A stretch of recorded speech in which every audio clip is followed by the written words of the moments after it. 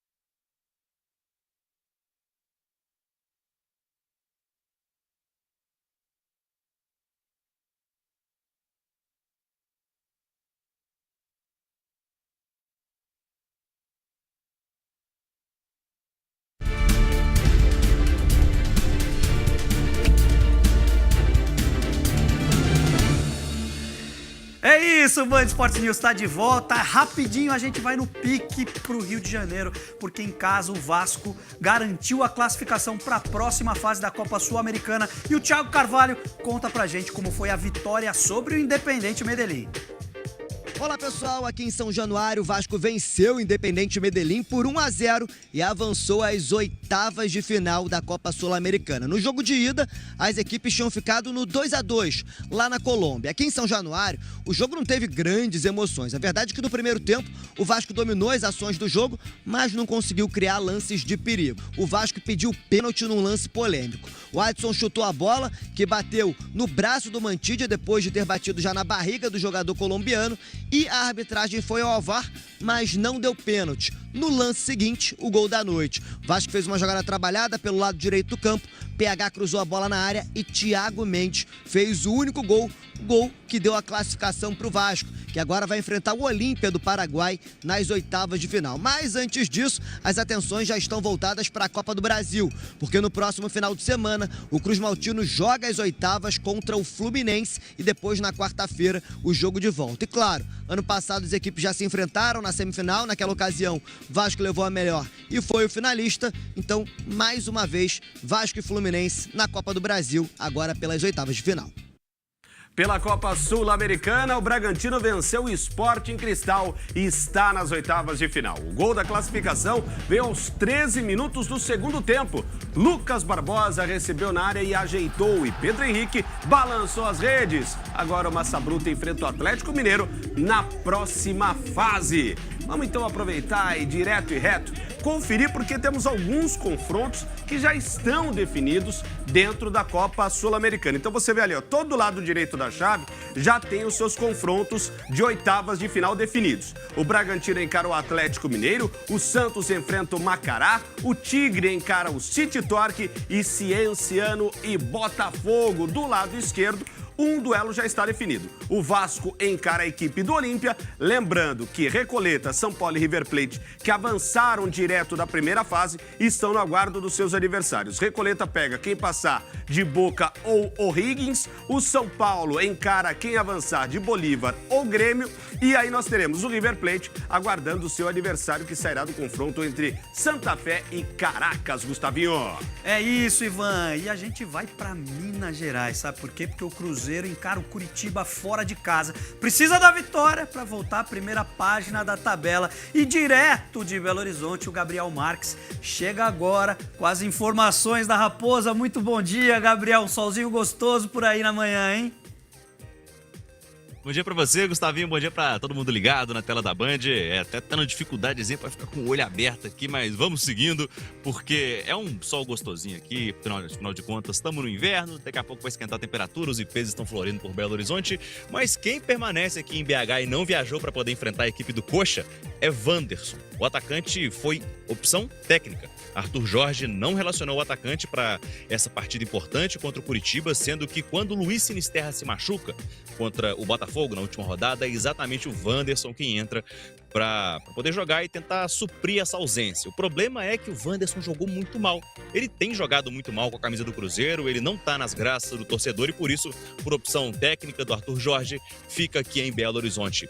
Já Chico da Costa, que estava sendo negociado com o Sport, bom, Chico da Costa roeu a corda, não aceitou a negociação e por isso acabou sendo afastado do elenco. Vai treinar em separado aqui em Belo Horizonte. Para fechar, tem notícia boa pelo menos. Matheus Pereira e Gerson, que cumpriram suspensão na última rodada, voltam à equipe titular e são peças importantíssimas neste que é mais um reencontro entre Cruzeiro e Fernando Seabra. Perfeito, tá aí as notícias do futebol mineiro pra você aqui no nosso Band Esportes News, mas é o seguinte, Gustavinho, a gente sai agora de Minas Gerais e vamos falar da montaria em touros, afinal de contas, PBR você confere na tela do Band Esportes e é o seguinte, nessa quarta rolou mais uma etapa do PBR Brasil e a Aline Lima conta como foram as montarias direto de Juara, no Mato Grosso. É contigo, Aline! Depois de uma etapa histórica em Sorriso, o espetáculo da PBR continua em Mato Grosso. Nesta quarta-feira, foi a vez de Juara receber os melhores atletas do país para a abertura de mais uma etapa decisiva da reta final da temporada. Quem terminou na liderança do primeiro round foi Gabriel Henrique da Silva, que parou no touro interessante e marcou 87,55 pontos e largou na frente da disputa pela fivela de campeão da etapa. A etapa de Juara continua nesta quinta-feira com o segundo round a partir das 9h45 no horário de Brasília, com transmissão ao vivo do Band Esportes. A temporada entra na reta decisiva e cada ponto pode fazer a diferença na corrida até a grande final nacional, que acontece em Barretos entre os dias 20 e 23 de agosto. É isso, olha, eu vou pedir pra você segurar um pouquinho aí, porque depois do intervalo a gente vai falar de polêmica, tem Palmeiras, tem Flamengo, teve cotovelada que não deram expulsão, tem uma confusão danada, então fica aí que é rapidinho, né, Ivan? Bora!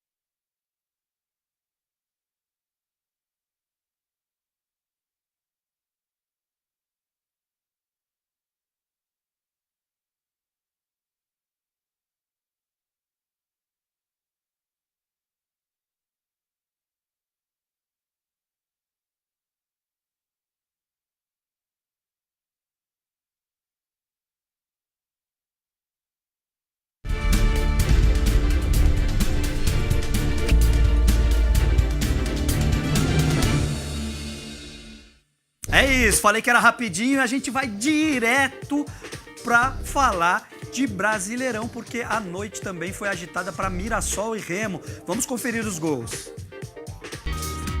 Em confronto direto do Z4, o Mirassol levou a melhor para cima do Remo. Em casa, o Leão abriu o placar com gol contra de Marlon aos 29 minutos do primeiro tempo.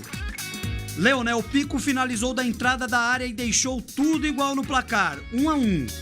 Na volta do intervalo, Reinaldo bateu escanteio e João Vitor cabeceou firme para colocar o Mirassol em vantagem. Com o resultado, o Leão Caipira deixou a zona de rebaixamento. Hora então da gente conferir como tá a classificação do Campeonato Brasileiro. Bora então na tela pra você. Palmeiras agora mais líder do que nunca, né? 47 pontos, abre 8 pontos de diferença em relação ao Flamengo, vice-líder com 39. Atlético terceiro, 36, Fluminense o quarto, 34, os 4 que estariam na Libertadores. Na pré, estaria o Bahia com 32 pontos. Aí a gente segue com a lista daqueles que estariam hoje na Sul-Americana, Bragantino sexto, 31, Botafogo sétimo, 29, oitavo Atlético com 28 pontos, o Galo que está à frente do Corinthians também com 28, na 10ª posição Curitiba com 27. Do outro lado da tabela tem o Cruzeiro com 27 pontos também, aí a gente fecha as equipes da Sul-Americana, na sequência São Paulo 26, Vitória mesma pontuação, Mirassol 23 pontos, 15º Santos 22, mesma pontuação do Inter, o 16º e também do Grêmio, primeiro na zona de rebaixamento, o 17º colocado. 18º Vasco com 21 pontos, mesma pontuação do Remo, 19º. E o último, a Chapecoense com 10 pontos apenas. Vamos então falar agora do Corinthians, que encara o Atlético Paranaense em casa e vai em busca de uma vitória para, quem sabe, começar a sonhar com uma vaga na Libertadores. Quem está na Arena Corinthians e tem as informações é Wagner Vieira. Wagner, muito bom dia, amigo. Uma alegria estar contigo. Bom dia, Ivan Bruno, bom dia, Gustavinho e todo mundo ligado no Band Esportes News. Alegria minha também estar aqui na Arena Corinthians, onde hoje acontece às 19h30 esse encontro pela 21ª rodada do Campeonato Brasileiro, Corinthians e Atlético Paranaense. O timão que está na 9ª colocação com 28 pontos, está ali 5 pontos próximo do G4. Já o Atlético Paranaense é o terceiro colocado com 36 pontos. O Furacão que nunca ganhou do Corinthians aqui na Arena do Timão, são 11 jogos com 6 derrotas e 5 empates. Mas falando um pouquinho do time de Fernando Diniz, que vem de 4 jogos sem perder no Campeonato Brasileiro e empatou na última rodada com o Bahia fora de casa pelo placar de 1-1. O timão do Fernando Diniz tem apenas uma dúvida em relação ao time que deve jogar como titular hoje. Provavelmente, Fernando Diniz deve mandar a campo a mesma equipe que atuou contra o Remo e também contra o Bahia fora de casa. O porquê? A única dúvida é na lateral esquerda, já que o Matheus Bidu, que já não atuou lá em Salvador no empate em 1-1, também segue como dúvida, não treinou normalmente durante essa semana devido a dores no pub. Aí o substituto do Bidu, que é o Anguilhéry, o argentino Anguilhéry, ele que foi o autor do gol do empate lá em Salvador, recebeu o terceiro cartão amarelo, está suspenso. Aí o outro lateral do elenco, que é o Hugo, se recupera, está em transição física, né, da recuperação da cirurgia no joelho direito. Então o Fernando Diniz terá que improvisar ali o Milans, né, na lateral, o lateral direito, o Milans, na lateral esquerda, que joga hoje contra o Atlético Paranaense, provavelmente o titular, um lateral direito, titular na lateral esquerda. Em relação a Memphis Depay, que é o que todo corintiano quer saber, o Memphis Depay estava previsto para chegar no Brasil nesta quinta-feira para fazer exames médicos na quinta e também amanhã. Tinha até a expectativa dele estar presente hoje à noite aqui na Arena Corinthians acompanhando essa partida. Houve um atraso no envio do contrato do Corinthians por parte do Corinthians para o staff do Memphis Depay e ele não chegou ao Brasil ainda, né? Tinha aquela expectativa do envio do contrato ontem à noite, ainda não há informação oficial se o Corinthians enviou ou não esse contrato e o Memphis Depay só vem para o Brasil com um contrato assinado ou pelo menos com um contrato revisado pelo staff. Então, aquela expectativa de Memphis Depay no Brasil hoje, que pode até acontecer mais por final do dia, ainda não é oficial. Então, o Corinthians que está tentando aí renovar o contrato do jogador por mais 2 anos, tem o timão hoje à noite contra o Atlético Paranaense aqui na Arena Corinthians. Ivan e Gustavinho, grande abraço. Valeu, Vagnão. Obrigado pelas informações. E a gente vai rapidinho, sabe pra onde? A gente vai falar do confronto da parte de cima da tabela, porque o Fluminense e o Bahia ficaram no 0-0 no Maracanã. E o Igor Dorileu, direto do Rio, conta mais pra nós. Fluminense e Bahia se enfrentaram aqui no Maracanã pela 21ª rodada do Campeonato Brasileiro. Um jogo para pouco mais de 12 mil torcedores. Em campo, não foi um grande jogo. No primeiro tempo, a única chance clara foi com o Hulk. Ele dominou dentro da área, mas acabou concluindo mal. No segundo tempo, o tricolor carioca voltou pressionando, teve algumas chances. Já na reta final, Canóbio chegou a ficar cara a cara com o goleiro Ronaldo, mas desperdiçou. O goleiro do tricolor baiano acabou levando a melhor. Não foi uma grande partida do Hulk, errou alguns lances considerados simples e acabou sendo substituído aos 29 minutos do segundo tempo e vaiado por parte da torcida. O Fluminense permanece na 4ª posição e o Bahia sobe para a 5ª colocação, os dois dentro da zona de classificação para a Libertadores. O Fluminense tem como próximo compromisso o Vasco, começa sábado a definir a classificação na Copa do Brasil, enquanto o Bahia, curiosamente, também tem como próximo adversário o Vasco, só que no outro fim de semana pelo Campeonato Brasileiro em Salvador. O Palmeiras venceu em Salvador, mas a partida contra o Vitória foi recheada de polêmicas. Gustavo Castellucci nos traz mais detalhes. Olá, um abraço para você que se liga no Band Sports News. Tivemos aqui no Barradão na noite desta quarta-feira, Vitória 0, Palmeiras 4, um jogo que foi muito além dos 4 gols marcados pelo Palmeiras. Tivemos 2 expulsões que acabaram mudando toda a partida. No primeiro tempo, tivemos uma cotovelada do Maurício no Kaká, mas o juiz deu apenas cartão amarelo. Alguns minutos depois, o próprio Kaká, numa tentativa de dar um carrinho para cortar a bola, acaba atingindo o John Arias. O juiz não marca a falta, deixa o jogo rolar. Na revisão do árbitro de vídeo, o árbitro então decide expulsar o zagueiro rubro-negro. Inconformado com a decisão da arbitragem, o outro zagueiro, parceiro dele, Luan Cândido, faz gesto com as mãos para a torcida, dando a entender que o árbitro estava roubando o time do Vitória. Nova consulta no VAR e uma nova expulsão do lado do Vitória. Em menos de 3 minutos, a dupla de defesa tinha ido para o chuveiro mais cedo.